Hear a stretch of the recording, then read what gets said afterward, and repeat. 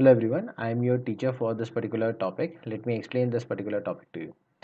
So आज जो है हम यहाँ टॉपिक करने वाले हैं सॉलिड स्टेट का, जिसमें कि हम लोग देखेंगे कि type of point solid defects क्या होता है और उसमें स्पेसिफिकली हम डील करेंगे नॉन स्टाइकोमेट्रिक डिफेक्ट्स के साथ। तो यहाँ सबसे पहले तो हम डिफाइन करेंगे कि समझेंगे नॉन स्टाइकोमेट्रिक डिफेक्ट्स होते क्या क्या हैं। उसके बाद जो है उनके वैरायटीज़ देखेंगे। सो एक होता है आपका मेटल एक्सेस डिफेक्ट और दूसरा होता है मेटल डेफिशिएंसी डिफेक्ट। सो यहाँ सबसे पहले तो हम मेटल नॉन स्टाइकोमेट्रिक डिफेक्ट्स को डिफाइन कर लेते हैं। तो हम कहते हैं कि in this defect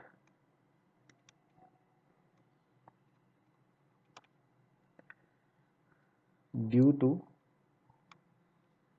absence of ions,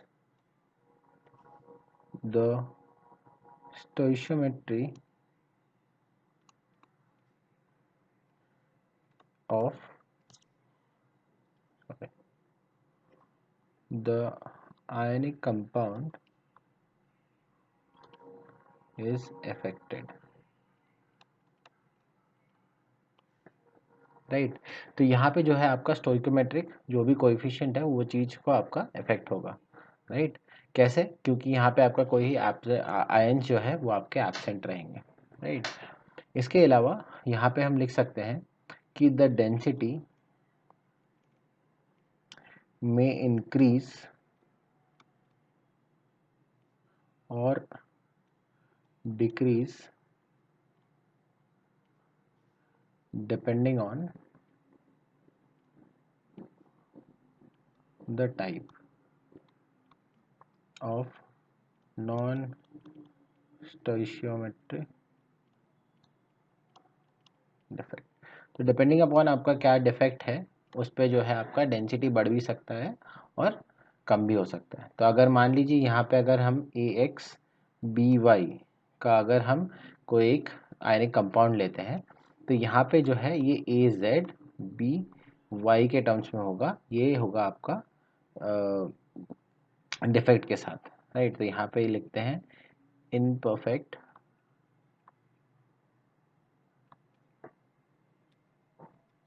so basically आपका यहाँ पे जो एक्स रहेगा, अगर लेट्स से ये अपन अज्यूम कर लेते हैं ये आपका परफेक्ट था। राइट तो परफेक्टली अगर थियोरेटिकली अगर देखा जाए तो ये होगा, लेकिन प्रैक्टिकली हमें ये मिल रहा है। और यहाँ पे जो आपका एक्स रहेगा ये आपके जेड के बराबर नहीं रहेगा, तो इसमें कोई ना कोई चेंज आएगा जिसकी वजह से आपका फॉर्मूला भी इफेक्ट होने वाला है। राइट ज़्यादा नहीं बट थोड़ा बहुत आपका इफेक्ट होगा। तो इसमें सबसे पहली वैरायटी है जो हम यहाँ पे डिस्कस करने वाले हैं वो है आपका metal axis defect due to anionic vacancy. So यहाँ पे जो है आपका जैसे कि यहाँ डिफेक्ट बोल रहा है एनायनिक वैकेंसी, तो इसमें क्या होगा naturally. So in this the anion will be absent from its lattice point which is filled by electron. तो यहाँ पे जो है बेसिकली जैसे कि आप डायग्राम में देख रहे हैं तो यहाँ पे ये लैटिस पॉइंट जो बना हुआ है। राइट तो यहाँ पे एक अनायन होना चाहिए था, ये अनायन यहाँ पे एब्सेंट है और यहाँ पे जो है एक इलेक्ट्रॉन इसकी जगह पे ले रखा है। तो इसका मतलब क्या हुआ, यहाँ पे आपका जो इलेक्ट्रिकल न्यूट्रलिटी है वो चीज़ होल्ड है। राइट और इसके अलावा अगर हम डेंसिटी कंसिडर करें तो डेंसिटी यहाँ पे आपका कम हुआ है। इसके अलावा यहाँ पे ये जो इलेक्ट्रॉन है right and the lattice point is called as F center। और यहाँ पे ये जो लैटिस पॉइंट पे जो भी यहाँ पे एब्सेंट है उसको हम क्या कहते हैं, एफ सेंटर कहते हैं। यहाँ पे एफ जो वर्ड आया है ये आपका है फेबेजेंटर, जो कि एक जर्मन वर्ड है। राइट फेबेजेंटर मीन्स आपका कलर, मीन्स कलर। तो बेसिकली आपका ये जो इलेक्ट्रॉन है, अब ये इलेक्ट्रॉन जो होगा आपका एक्साइट होगा डी एक्साइट होगा, एक्साइट होगा डी एक्साइट होगा। तो जब जब डी एक्साइटेशन होगा तो ये आपका कलर इम्पार्ट करेगा। ठीक है तो अगर मान लीजिए हम अगर एग्जाम्पल में देखें तो ये कहाँ कहाँ आता है उससे हमें थोड़ा और ज़्यादा आइडिया होगा कि मान लीजिए आप NaCl की बात कर रहे हैं, राइट। सो ये NaCl जो है आपका वैसे तो कलरलेस होता है बट येलो कलर इम्पार्ट करता है, right. so is imparted due to this defect, right. तो इस डिफेक्ट की वजह से आपका ये NaCl येलो कलर का होगा। इसके अलावा आपका अगर आप LiCl का देखोगे तो ये भी कलर आपका जो है पिंक अपीयर करेगा, और सिमिलरली KCl के केस में ये जो है आपका वायलेट कलर इम्पार्ट करता है, जो कि बेसिकली आप इसको लाइलिक कलर भी कहते हो। तो ये 3 एग्जांपल्स जो है आपको याद रखना है कि NaCl, KCl और इसमें। तो आप ये जनरलाइज करने के लिए आप ये बोल सकते हो कि ये आपका एल्कली हैलाइड में ये डिफेक्ट आपका शो होता है, राइट। अब आते हैं, बढ़ते हैं नेक्स्ट पार्ट पे। तो नेक्स्ट पार्ट है आपका metal axis defect due to presence of extra cations. तो अब यहाँ पे जो है कटाइंस, नंबर ऑफ कटाइंस जो है आपके एक्स्ट्रा है। एनाइंस तो उतने ही है लेकिन नंबर ऑफ कटाइंस एक्स्ट्रा हो गए। तो हम यहाँ लिखेंगे इन this defect the number of cations are more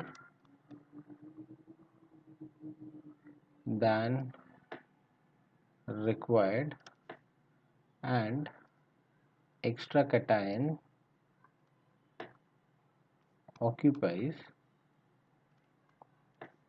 the interstitial space। तो यहाँ पे जो आपका void है, राइट, वहाँ पे आपका ये ऑक्यूपाई करेगा, and the balancing of charge is done by the electrons.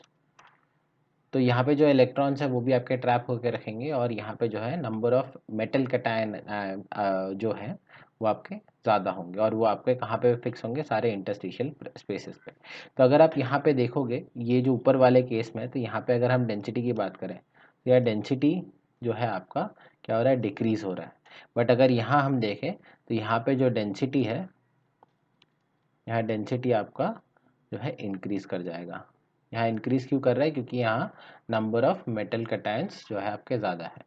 तो अब अगर हम इसमें बात करें तो ये दिखता कहाँ है, तो हम अगर कंसिडर करें ZnO, राइट। तो ZnO आप अगर गर्म करते हो तो ये आपका फॉर्म करेगा Zn2 प्लस, प्लस आपका देगा हाफ O2 जो कि आपका रिलीज हो जाएगा, और प्लस देगा 2 इलेक्ट्रॉन।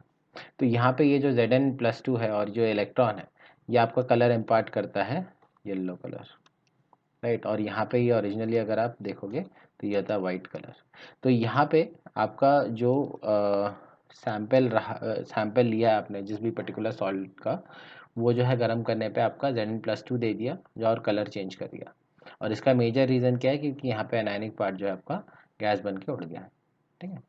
अब आते हैं थर्ड मतलब नेक्स्ट पार्ट पे, जहाँ पे कि हमने अभी तक डील आउट किया जहाँ मेटल एक्सेस में था। तो अभी इसका अगर ऑपोजिट केस देखें तो यहाँ पे ये आपका मेटल डेफिशिएंसी डिफेक्ट है, राइट। तो यहाँ in this the number of metal cations is less than required and the charge balancing is done by an foreign impurity या फिर फॉरेन इम्प्योरिटी। तो यहाँ पे आपका मेटल कैटायन होगा। तो यहाँ बेसिकली अगर आप ध्यान से देखें तो ये पर्टिकुलर लैटिस में आपका मेटल डेफिशिएंसी है, जहाँ पे कि आपका Na+ जो है आपका मिसिंग है, और ये Na+ का जो भी एक +1 चार्ज है, एक्स्ट्रा चार्ज जो है, उसको बैलेंस आउट करने के लिए एक फॉरेन इम्प्योरिटी प्रेजेंट है जो कि यहाँ पे है Sr+2। तो यहाँ पे अगर हम देखें ध्यान से तो डेंसिटी की बात अगर करें तो यहाँ डेंसिटी ऑफ लैटिस डिक्रीजेस। क्यों? क्योंकि यहाँ पे एक मेटल कटायन एब्सेंट है। सो अब जो है इसका एग्जांपल देख लेते हैं। इसके एग्जांपल जो है आपका जनरली ये चीज़ दिखेगा आपका FeO में, राइट, जो आपका आयरन होता है। सो यहाँ पे आपका जनरली इस डिफेक्ट के कारण आपका जो फॉर्मूला है वो Fe0.93 से लेके Fe0.96O के बीच में वेरी करता है। और ये आपका एक प्राइमरी एग्जांपल है जहाँ पे आपका मेटल डेफिशिएंसी डिफेक्ट होता है। So I hope you have understood the explanation of this particular topic. Thank you.